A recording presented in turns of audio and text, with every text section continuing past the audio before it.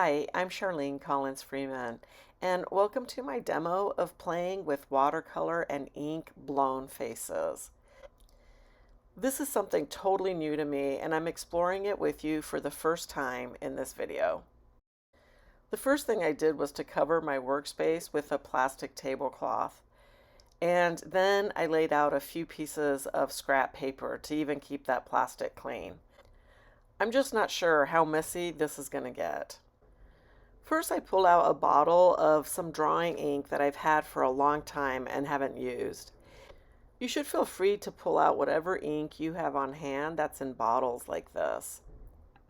And then I'm also pulling out my Dr. Phil Martin's Hydrus Fine Art watercolors. These are concentrated liquid watercolors that were gifted to me a while ago, and I've never used them, so I'll be exploring new supplies and new techniques in this video. A few additional tools I'll use include a flat brush, a straw, an air blower that I found in my photo camera equipment. It has a really soft amount of air that comes out when I squeeze it. And then I'll use also a can of dust off. This is used typically to keep electronics clean, and the air comes out really strong when I use this. I thought it'd be fun to see the different results we get from these different pressures of air.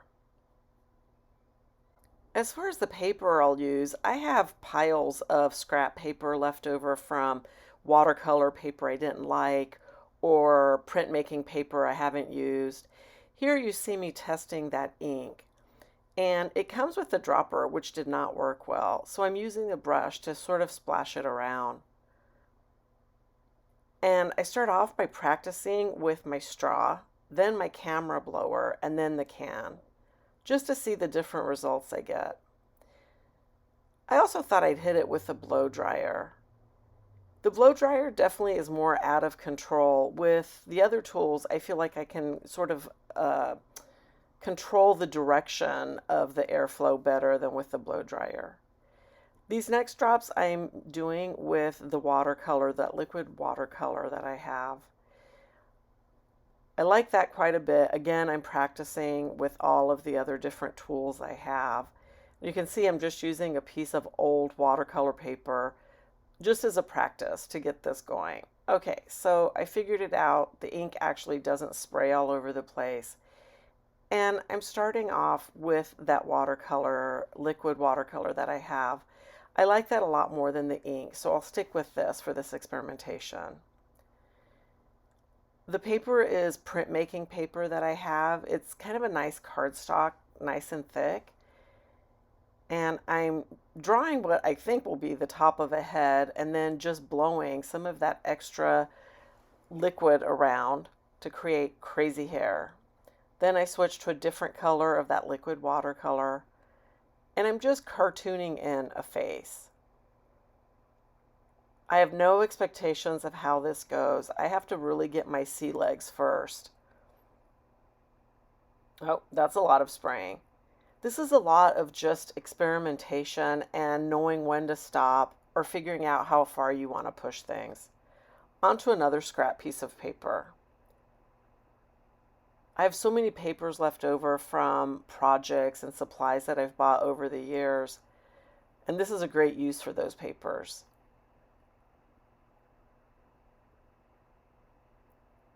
If your ink or your watercolors don't have that sort of teardrop thing that I'm using to apply it, you could use a brush or a dip pen.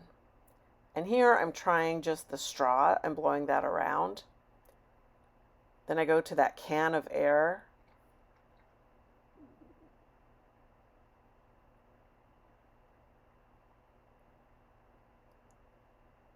I'm playing with the angles that I'm holding that can of air, how close it is to the paper or how right on top of it is. Now I want to experiment. I have this idea of drawing in a profile, dropping in the liquid watercolor all along the edge of the profile, and then blowing that liquid away from that edge just to see what happens. When I'm exploring a new medium or a new technique, I really try to keep my expectations low so that I'm a little bit more abandoned and wild with my experimentation. If I'm too precious about it or really aiming for good results right out of the gate, I tend to be really too conservative to explore and learn. You have to be willing to create bad art to get good at creating good art. I kind of like the way this one turned out.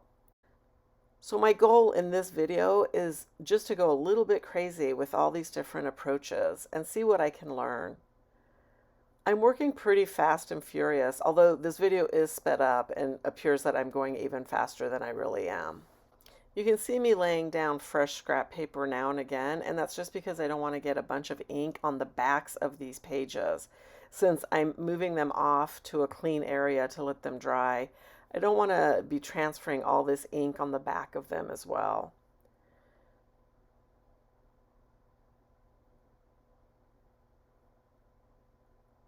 Although I like the color ones, I think I like the dark black ones even more. Here I decide to add a little bit of water in addition to that, since I'm working with watercolors and not ink, but you'll have the same effect with ink that if you add water, you'll get diluted versions of it. It won't be at full strength black.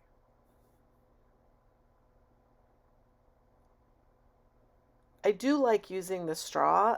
It doesn't give me as many little spidery runs, but it definitely allows me to control the direction a lot. Moving on to another one. Almost a complete smiley face there, not quite. Gone back to using a burgundy or alizarin crimson colored watercolor here. Here I've done even less drawing as far as face features are concerned, just to see how abstract can I get it and still have it look like a face.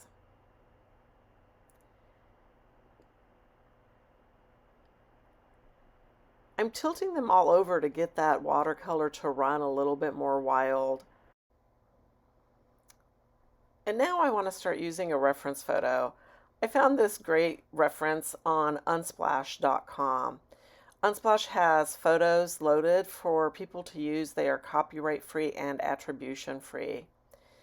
I love the expression on this woman's face and her glasses, the shape of her face, the shape of her eyes. All of it really worked for me. So I want to play with drawing her face in and doing this technique to her.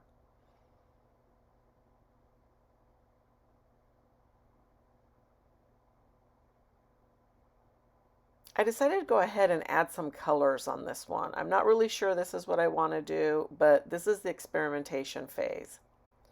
I think one of the hardest things to do is give ourselves permission to experiment like this and not care so much about the outcome. We get pretty attached to the idea of how it's going to turn out. This blowing ink or blowing watercolors business really lets you let go of that idea of the outcome. You just can't control a lot. This is a perfect way to force yourself to become more experimental and more playful with your art.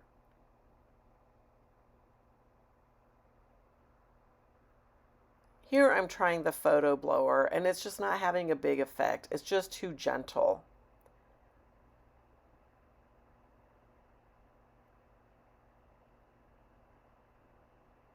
I'm using the flat brush to mix some of those colors. And this is how she turned out. I'm not a big fan of that background, but I do love this reference photo. So I'm going to do this one again. Getting these drawings done and blowing the air on them take maybe 5 minutes each. So it really is a perfect way to hone down into your techniques and really crank these out. By giving yourself some time to sit down and be really playful with these, you'll quickly start to figure out which tools you prefer to use, what results you can get, and what supplies you prefer.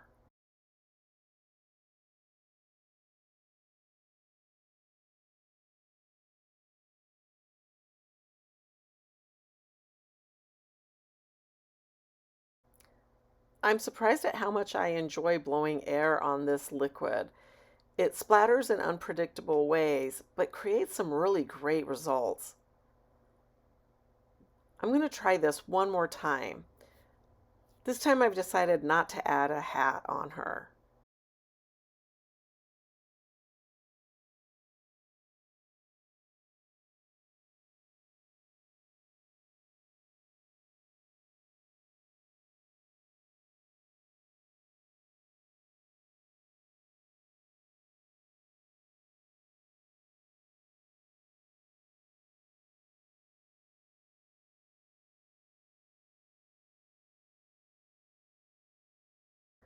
I'm really surprised by how enjoyable this process is. It's so much fun. I really hope you're inspired to pull out your inks, your liquid watercolors, and just start. And I decided to do one more. This one will be all in color. Again, this is a reference photo from unsplash.com. And obviously, with this sort of technique, the idea is not necessarily to capture a likeness.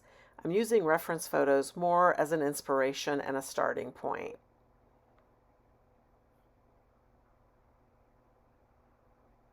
I'm using alizarin crimson here, and then I'll add some yellow ochre. I've also begun to realize that I don't really need a lot of this liquid watercolor or ink on my paper for it to start blowing. So I stop myself, even with just that outline, and I start blowing with first a straw. Then I pick up that camera blower. And I love the more wispy little lines I get from that. They're much more subtle than I can get with that straw. And this is where she's at when I decided to stop with her. This is pretty wild for me, and I have to say I'm totally tickled with these results. I'm also quite surprised at how much I've really enjoyed this process.